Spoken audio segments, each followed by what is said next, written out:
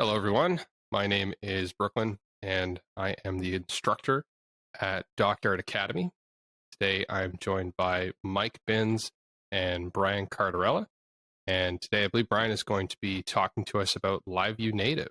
So, Brian, will you start us off? Sure. So just a quick explanation on LiveView Native. I know I've talked about it quite a bit, but in case this happens to be the first time you're hearing about it, LiveView Native is a pure native client implementation for the LiveView programming model, meaning that we are not doing like a web view render of a LiveView application.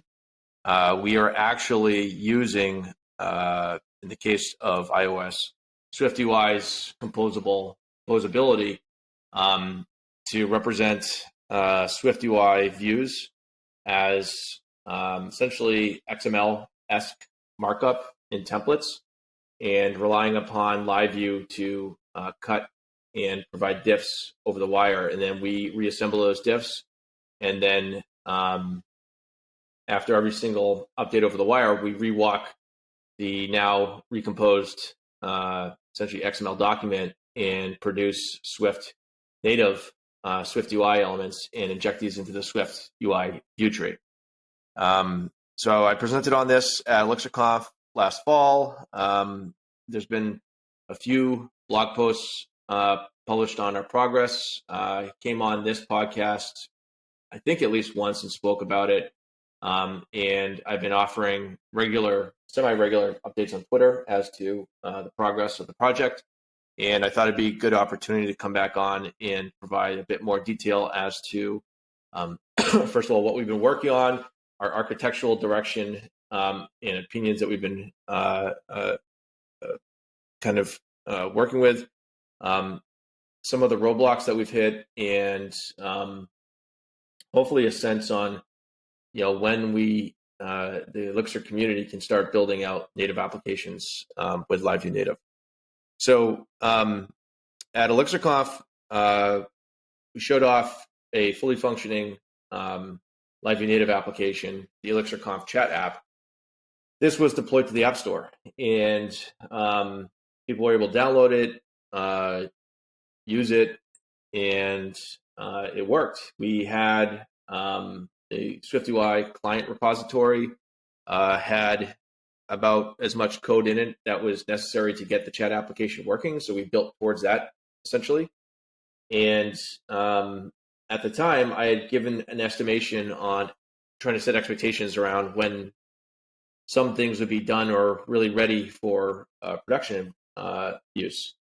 And those estimations have come and gone, and here's the reason why. So during that presentation, there was kind of like the bigger roadmap or vision of how we're going to get, or at least open the door towards other native clients.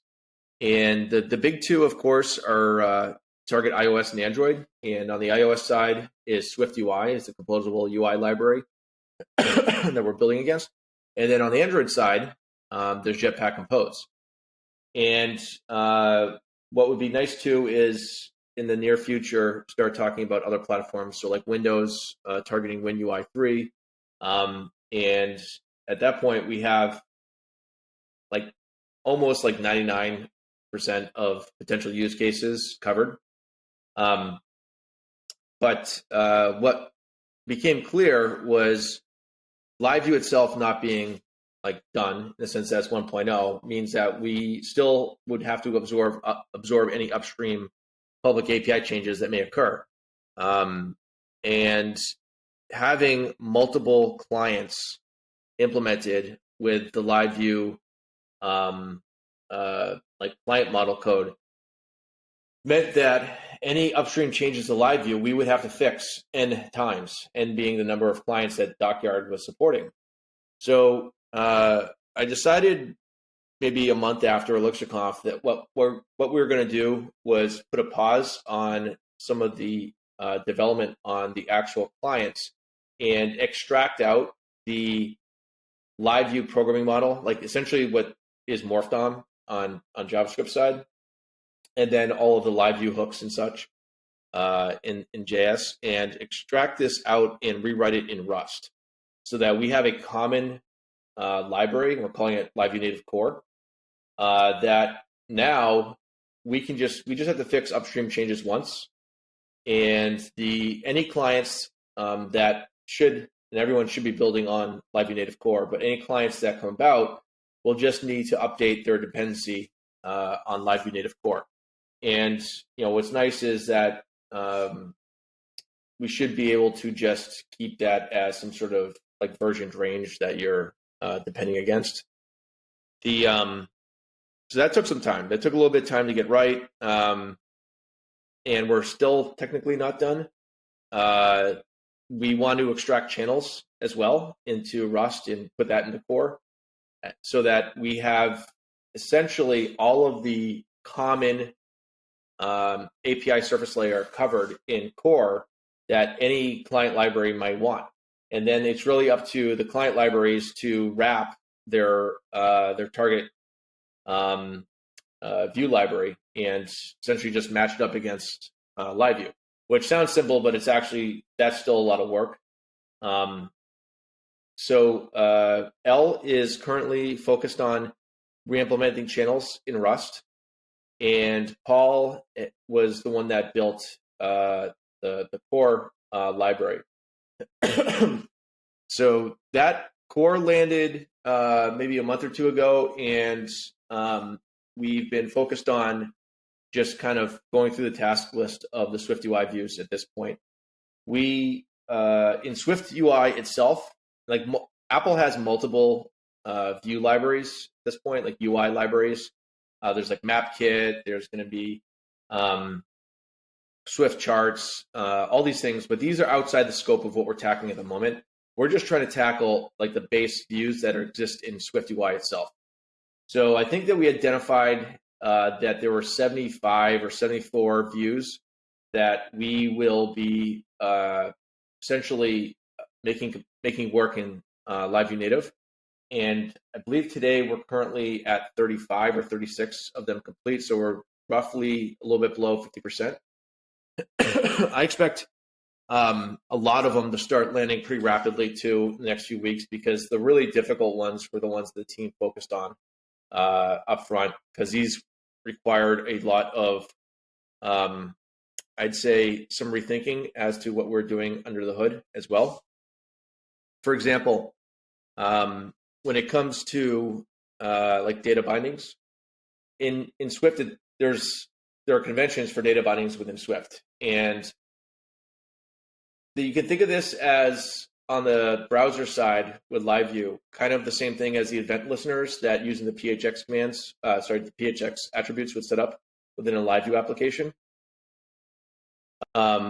Essentially, we had to develop something that worked for that, so that we could set up the two-way data bindings appropriately. The other things that have come about of recently are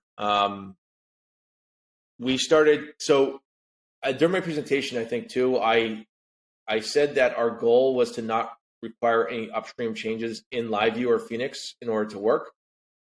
And we've been trying really hard to avoid that ask, but just last week we had to make that ask. And this has really come about because of, like, LiveView was built for the web. It was built for HTML, and what we're producing in our templates kind of looks like HTML, but it's not HTML. So some of the validation and formatting constraints that are imposed upon HTML are ones that we were hoping to be able to deviate away from.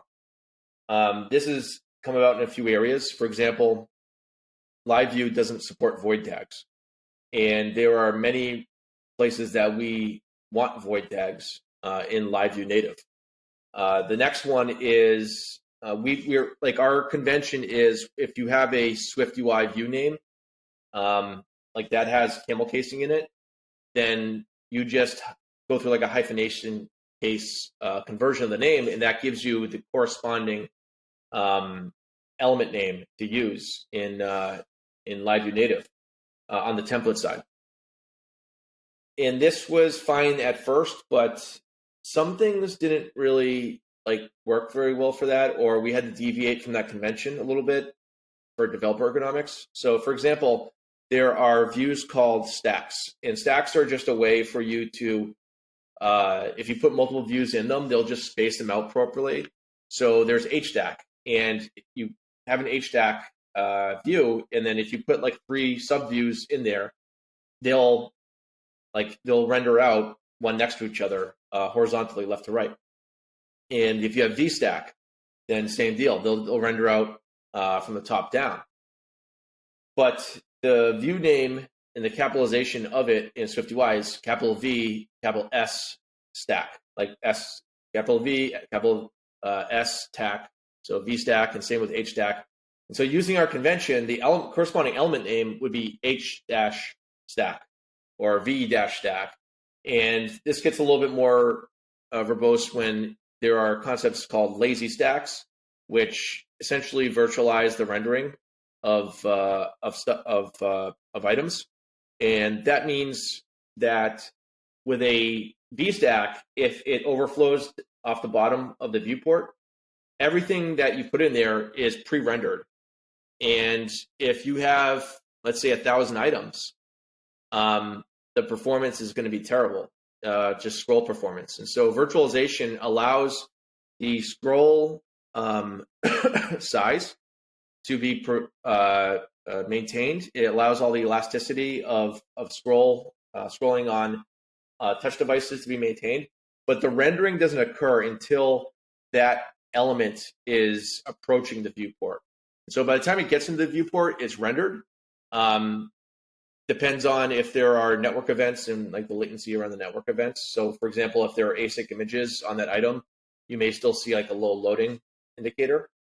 But the point is that it doesn't matter how many items you put in there, at that point, it's always going to feel very performant.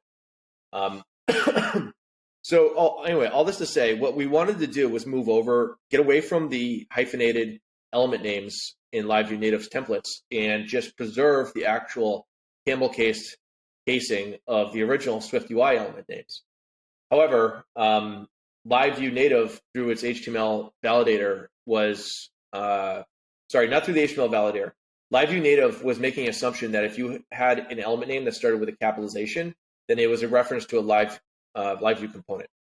And after some back and forth with Jose and Chris, we came up with a solution that's going to allow us to deviate from that and still make use of LiveView components. And there are just like small tic-tac things here and there when it came to how the constraints of HTML are being imposed upon us. So all this to say, May had actually written in our own engine, and Chris dropped into the channel one day and saw that work and was trying to convince us not to do this because of the maintenance costs of maintaining our own engine. And so, at that point, I was like, okay, then we're going to have to ask for upstream changes in LiveView because we just can't do it the way that we want to. We're making too many sacrifices on the developer ergonomics and the API that I'm comfortable with. So this started the conversation with Jose and Chris.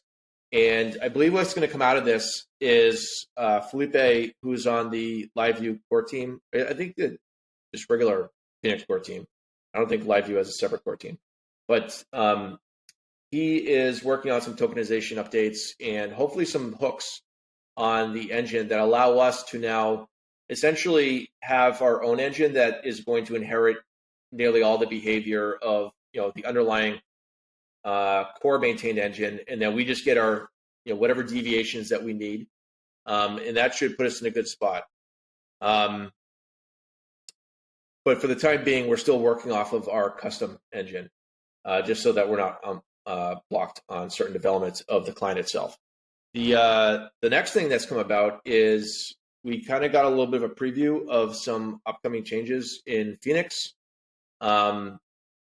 And for those that don't know, views as a concept in Phoenix are essentially being deprecated, soft deprecated, I think. And the preferred method will be components moving forward. And so this actually ended up solving, like the way that the application architecture is going to be in that world, solved one of the big pain points that we were struggling with on LiveView Native, which was So for each LiveView, we have platform information that we send during the initial connection that's just available to the to the connection. So we know that if you connected with a SwiftUI client or a JetPack Compose client, and then there'll be like specific device information that comes in as well to allow you to conditionally render out certain things. Like clearly, you don't want the same layout or the same elements rendering in landscape mode on iPad as you do in portrait mode on iPhone. But what was quickly becoming obvious was that in certain cases, we're going to have to create LiveView components. And especially when it came to things like modifiers and SwiftUI, which is how element styling is coerced, these all become functions. And within the current like 1.6, was it 16 or 6? I think it's 16 on Phoenix. That template has access to every single function that's imported on the LiveView module that's rendering it. So we were faced with the possibility of a lot of name collision amongst commonly used function names that may need to behave differently between the different platforms. So, for example, a link may be expected to operate differently between Swift applications and then Android applications. So anyway, all this to say, like what we were trying to avoid was having to now namespace everything under another module and then have it be like Swift dot whatever, Jetpack dot whatever. The way that I'm probably going to be like really not doing a good job of explaining this. But the way I understand it is what we'll be moving forward is that each template will have access to its own module namespace, essentially. And so we will be able to import, cleanly all unique function names directly into that module namespace and avoid all this, annoyance around name collision. So there's some really good enhancements to how we intend to architect LiveView native applications. And I think 1.17 is getting close to being ready. I know that like RC3 of it was December. We're now in almost mid-February. There's probably going to be one more RC, I would imagine. And then maybe in a month or two, I'm not going to quote dates. I don't know what the dates are, but we're closer than farther away, I would imagine, on 1.17. But I think that we'll probably be targeting 1.17 as the minimum Phoenix version that LiveView native applications should be using for that reason.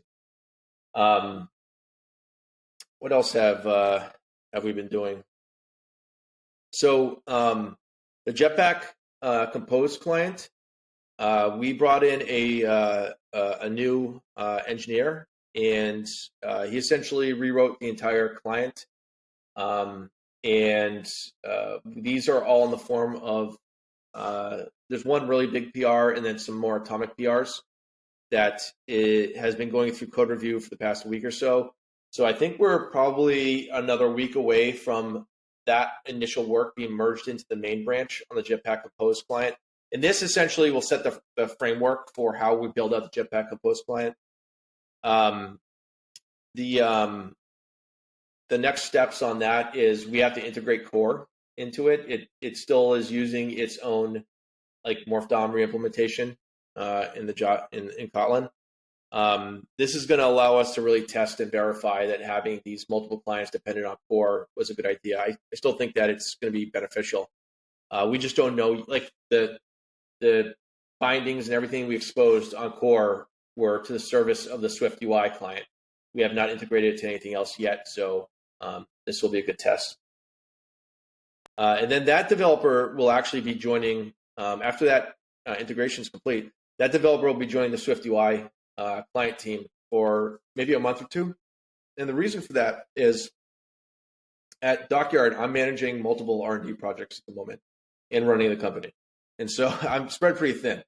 And I'm starting to lose a little bit of sight on the detail when it comes to coaching the JetPack Compose client on some of the API implementation. We have a standard kind of acceptance criteria for everything in LiveView Native that we have to be thinking about. Can this be used by a junior developer? It's easy enough to get into to develop a tool and a framework that senior engineers could be able to figure out. But that's not really what we're going for here. We're trying to create something that will be as easy as writing HTML and CSS ultimately. Some of the configuration, we're not going to be able to get away from having to set up like clearly Xcode and whatever other client's native development environment. And there's always going to be reasons to do stuff in the native client code. But for the most part, we're hoping that majority of application development will stay in LiveView Native. In the same way that even with LiveView, you can't get away from having to touch JavaScript every now and then. It's just a necessity of whatever your particular use case may be. But we're hoping that this will be enough time for that engineer to really start to see how we've been organizing and developing the SwiftUI client, and then he takes those lessons back to the JetPack client and starts to move forward on those. What we're finding too is the complexity on the SwiftUI side is very, very high compared to the JetPack client side. I think that despite us having had more time implementing the SwiftUI client and more people on it, there could be a potential that the JetPack Compose client may not be too far behind in its like getting all of its features covered compared to the SwiftUI client. There's just less views to do, and the really excuse me, the really kind of like something we've struggled with, and I've tweeted about this, is how do we properly represent modifiers on LiveView Native? And modifiers are the way you style SwiftUI views. And the way that they are represented in SwiftUI is they're essentially like key value. Well, it's not key value pairs. They're it's just like a chain. It's a chain of function calls off of the original view, and it will just continue to modify that view's configuration. The tricky part though is that you don't have like one level of depth there.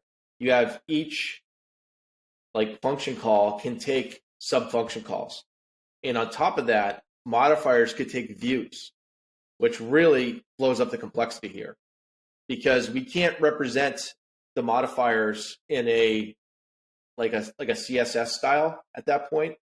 We'd have to go like the view that gets passed into a modifier could have its own set of modifiers.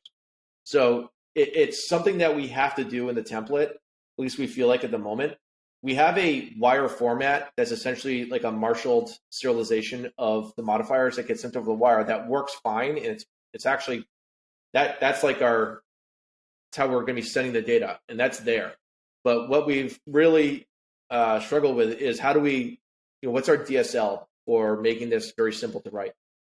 And where we've kind of landed at the moment is there was a proposal a few months ago from someone not on the core team, and I think they had a good idea with using Elixir's pipe operator.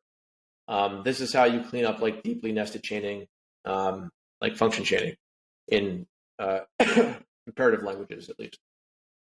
But that only really provides that one level of depth. So how do you properly represent that multi-tier of depth?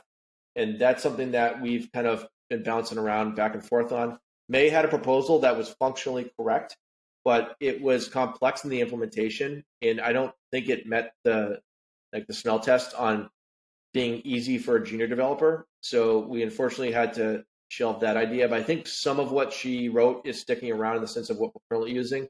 And then Carson, who is one of the LiveView Native SwiftUI engineers, he has a proposal, an RFC currently that we've been going back and forth on.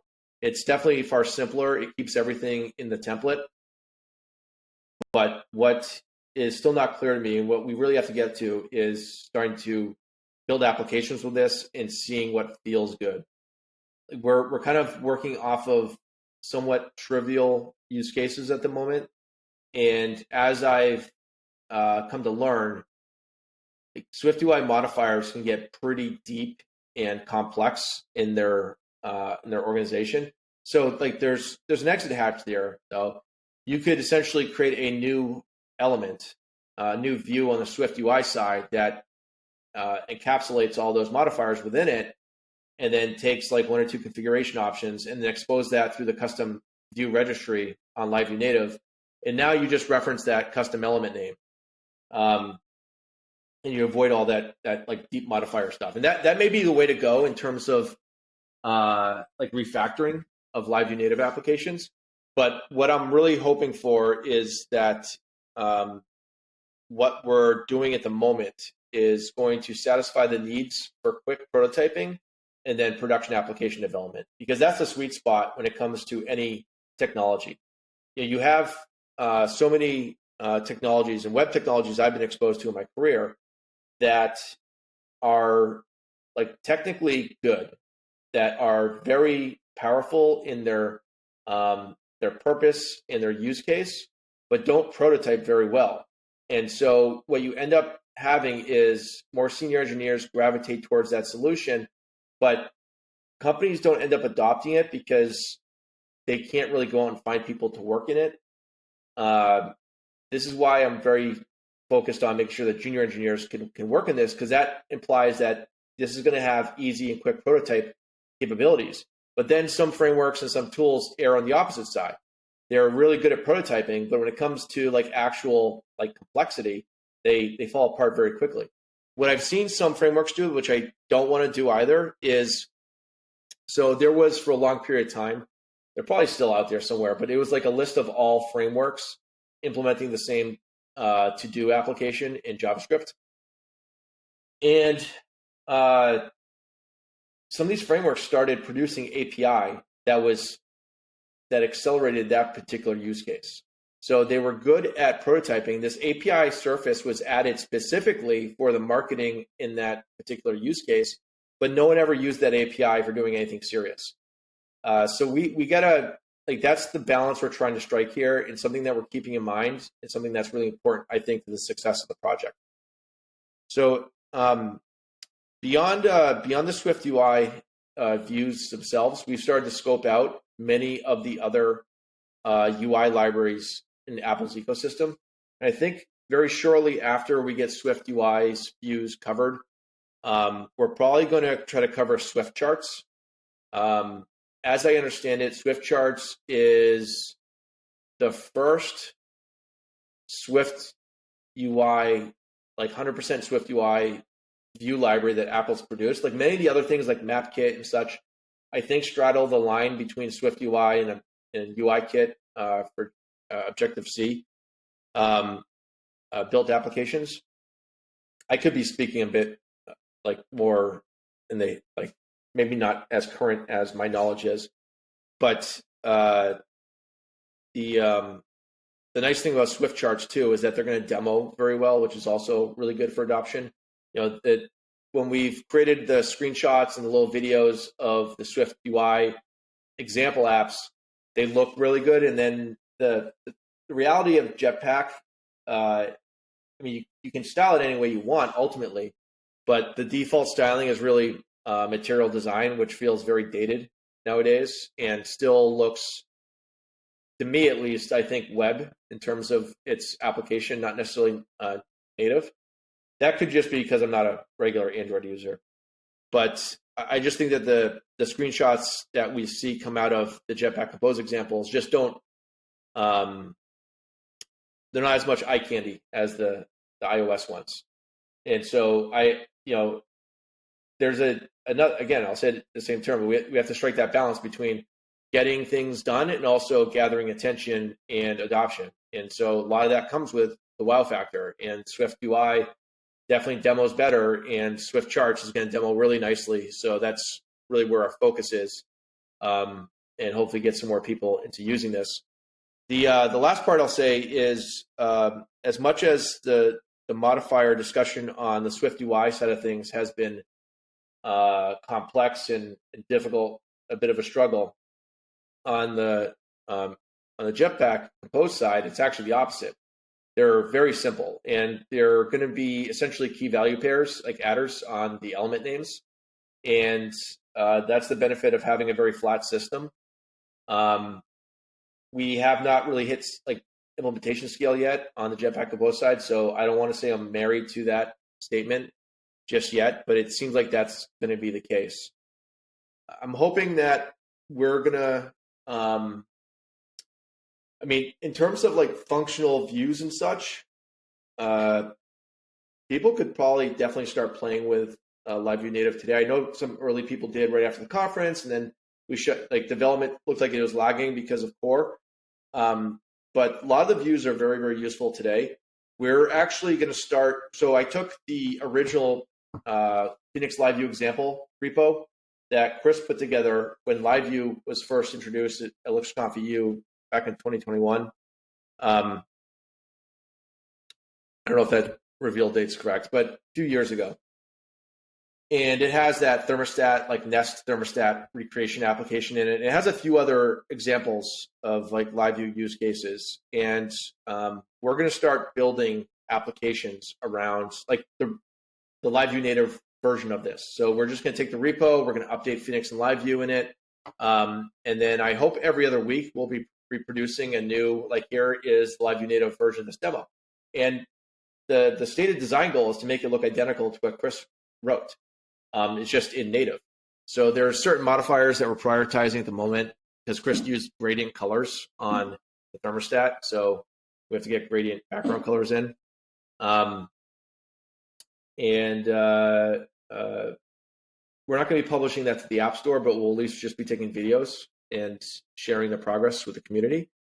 So those should start, hopefully be seen in the next 2 weeks. And then every other week for a few weeks, we'll be doing that. Leading up to ElixirConf, I'm hoping that we get another good speaking position. And what we're really going to be building during that presentation is showing like the business value of LiveView Native at that point. And so what we're hoping that presentation will be is something that engineers that are excited about this technology can go to their boss and say, hey, watch this. This is why we need to start using this technology. And the whole premise is going to be based around ease and cost of implementing cross-platform with LiveView Native compared to other solutions. And even with React Native. If we have a pre-existing LiveView web application, then our goal is all you're hopefully really having to do is provide a new LiveView Native template for your platform. And you can stand up a concurrent LiveView Native application that is sharing data between that and whatever other like target clients that you're working with very, very fast. And I'll make it a bit more, not as concise an explanation as that. I'll go into details, and hopefully also we'll have some data to show. I plan on shopping around a few like app ideas to some native application shops and then getting their estimations on it. And then we'll be building it ourselves. And, what's the outcome at that point? Are we validating that this is costing less money to implement? Are we validating it's costing less time to bring to market? These are the questions that we need to start answering. And if we have yeses on both of those, I think that we're going to be in a pretty good spot to really hopefully make a dent with this technology. That's incredibly exciting. I'm really looking forward to seeing more about how LiveView Native grows. I think it is going to expand the Elixir community in a massive way, being able to write Elixir where you want to write Elixir.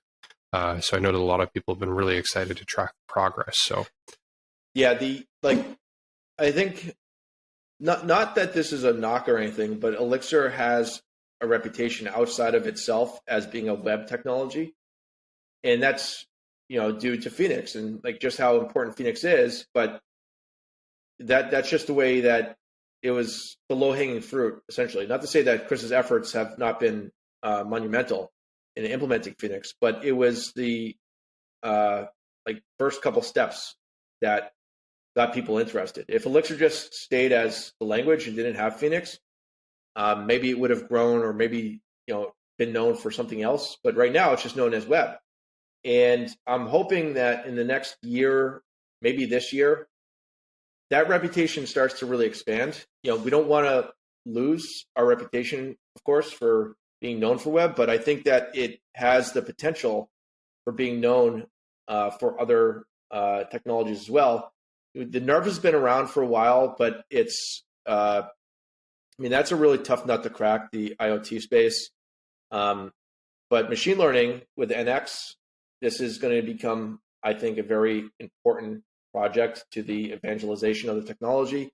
What we're doing with LiveView Native, being able to build out and integrate with other client technologies than just JavaScript and HTML, this increases the scope of where Elixir can be used and will give companies reasons for adoption, as opposed to saying, because that's like actually the biggest, I think the biggest strategic threat to the success of Elixir is actually React. And React is not a language, of course, it's a framework. But I look at it as Elixir is an ecosystem, and React has become an ecosystem. So if I compare ecosystems, that I think is the biggest threat to it, because React has its own web framework. It has React Native, and it has React as a backend server now. You can have one team build and be interchangeable between those different functions. And while the problems you're always solving are not the same on server as you are on client and for native, but the language and some of the design patterns and all this are going to be familiar enough that engineers should be swappable, at least to a degree, within those parts of the stack. And for companies, this is what they want. They want to focus on hiring one specific expertise, manage one specific expertise, and build within that. And so we've had a lot of companies over the time come to us that want Phoenix as an API, and then using React Native in the front. Using React and React Native on the front end. And this is part of what motivated us to pursue LiveView Native as kind of a counterpoint answer to that. And I think the way that we're building it out is, it wouldn't have been possible to build what we're doing right now with React Native, because SwiftUI didn't exist when React Native was being built. In fact, SwiftUI came about because React Native proved that building composable UI on native made sense and was better. But we are, we're kind of faced with a must-have solution that needs to exist here if we want to grow and continue to get adopters and continue to have companies say, yeah, we're going to invest in this technology. Because outside of it being cool, companies don't really care about that. The engineers care about that. Companies care about, okay, can I hire for this? Is it going to cost me a lot of money? Is it going to be a nightmare to maintain years from now? And so the big problem that we're really faced outside of the cost consideration is the hiring question, which of course Brooklyn, which is why you're at DockYard, helping do our part to pay into that to a degree.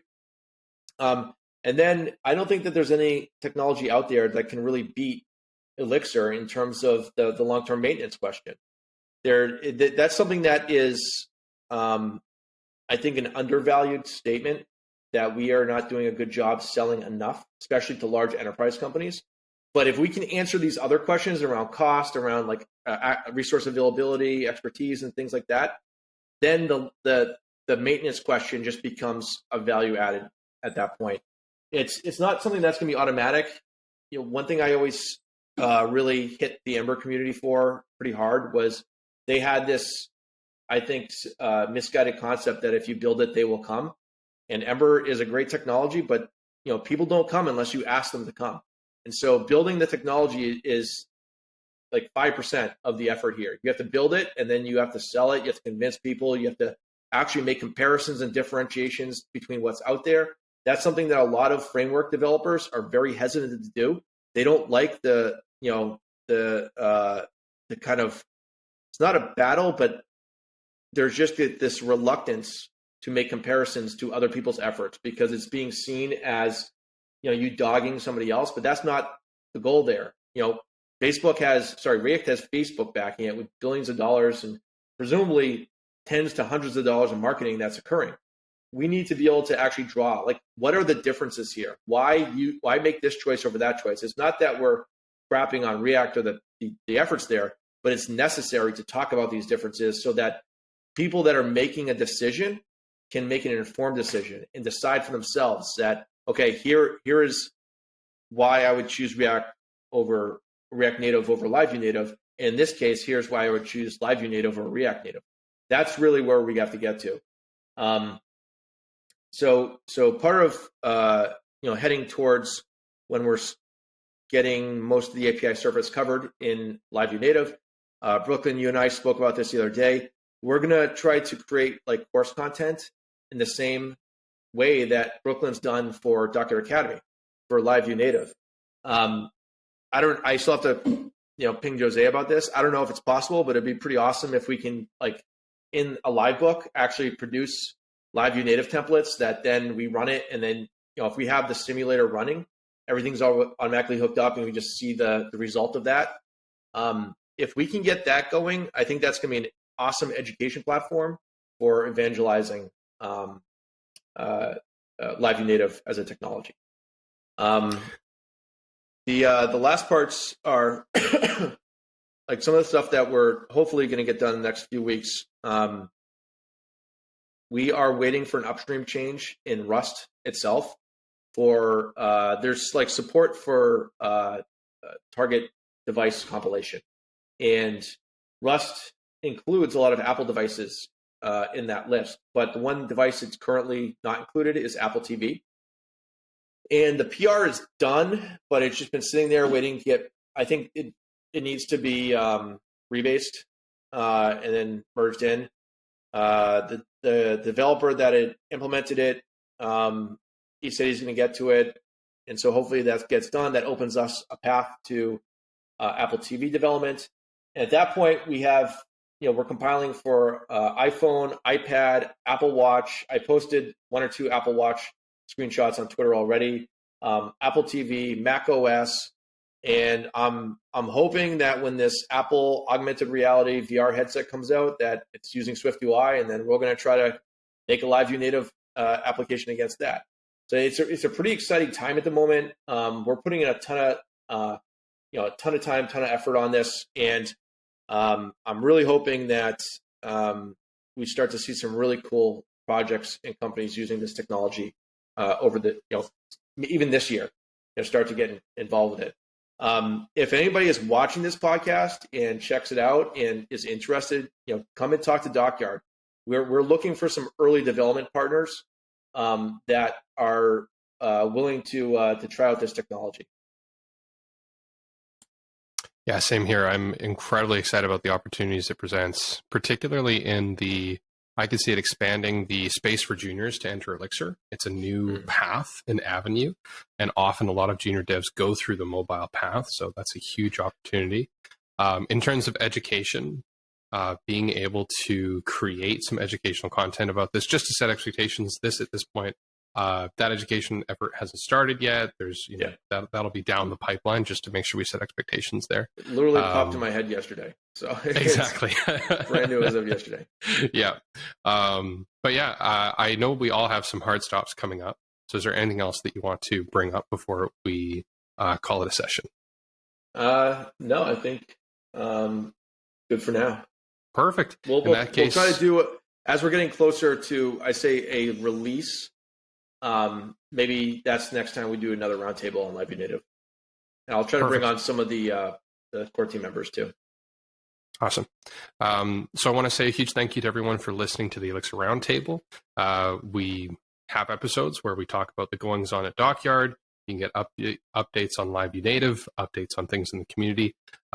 So keep following if that's something that you're interested in, and we will catch you all on the next episode.